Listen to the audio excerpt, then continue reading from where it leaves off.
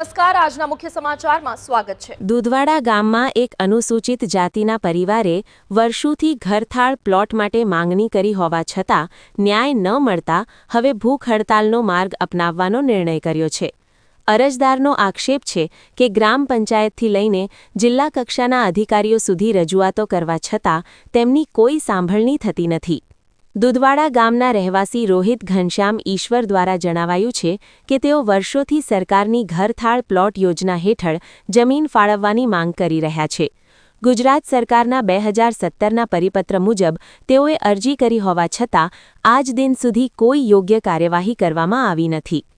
અરજદારના જણાવ્યા મુજબ તેઓએ તાલુકા વિકાસ અધિકારી, મામલતદાર, ગ્રામ પંચાયત તેમજ જિલ્લા કલેક્ટર સુધી અનેક રજૂઆતો કરી છે। મુદ્દો ઉકેલાયો ન હોવાથી અંતે તેમને કોર્ટનો દરવાજો ખખડાવવો પડ્યો હતો। તેમ છતાં હજુ સુધી કોઈ યોગ્ય નિર્ણય લેવાયો નથી। આક્ષેપ છે કે દુધવાડા ગ્રામ પંચાયતના સરપંચ સહિત સંબંધિત અધિકારીઓ તેમની રજૂઆતો સાંભળવા તૈયાર નથી અને અરજીઓનો જવાબ પણ આપવામાં આવતો નથી। પરિસ્થિતિથી કંટાળીને અરજદારે મામલતદારને ભૂખ હડતાલ માટે અરજી આપી હતી, પરંતુ 15 દિવસ વીતી ગયા છતાં હજુ સુધી પરવાનગી આપવામાં આવી નથી। અરજદારનું વધુમાં કહેવું છે કે તેઓ અનુસૂચિત જાતિના હોવાથી તેમની સાથે અન્યાય થઈ રહ્યો છે। જો તેમના અથવા તેમના પરિવાર સાથે કોઈ અનિચ્છનીય બનાવ બનશે તો તેની સંપૂર્ણ જવાબદારી દુધવાડા ગ્રામ પંચાયત તથા સંબંધિત અધિકારીઓની રહેશે। વર્ષોથી ઘરથાળ પ્લોટ માટે સંઘર્ષ કરતા પરિવારે હવે ભૂખ હડતાલની ચેતવણી આપતા તંત્ર સામે અનેક પ્રશ્નો ઊભા થયા છે। હવે જોવું રહ્યું કે તંત્ર આ મામલે શું પગલાં ભરે છે। નામ બોલું મારું? હું રોહિત ઘનશ્યામભાઈ ઈશ્વરભાઈ રોહિત, દુધવાડા ગામ, તાલુકો પાદરા, જિલ્લો વડોદરા મેં વર્ષોથી સરકારની યોજનામાં ઘરથાળ પ્લોટની માંગણી કરેલી છે।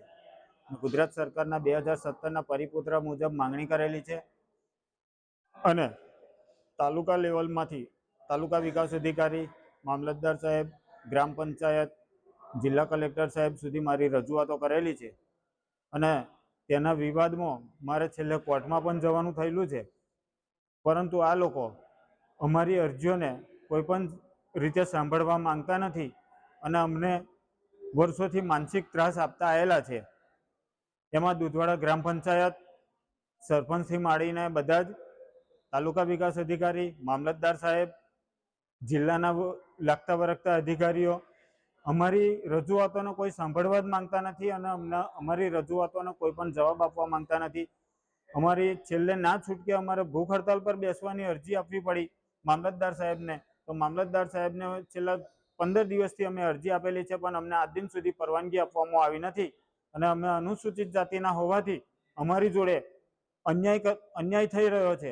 એટલે મને કે મારા પરિવારમાં કંઈ બી થશે તો એના જવાબદાર દુધવાડા ગ્રામ પંચાયત તેમજ લાગતા વળગતા તમામ અધિકારીઓ રહેશે।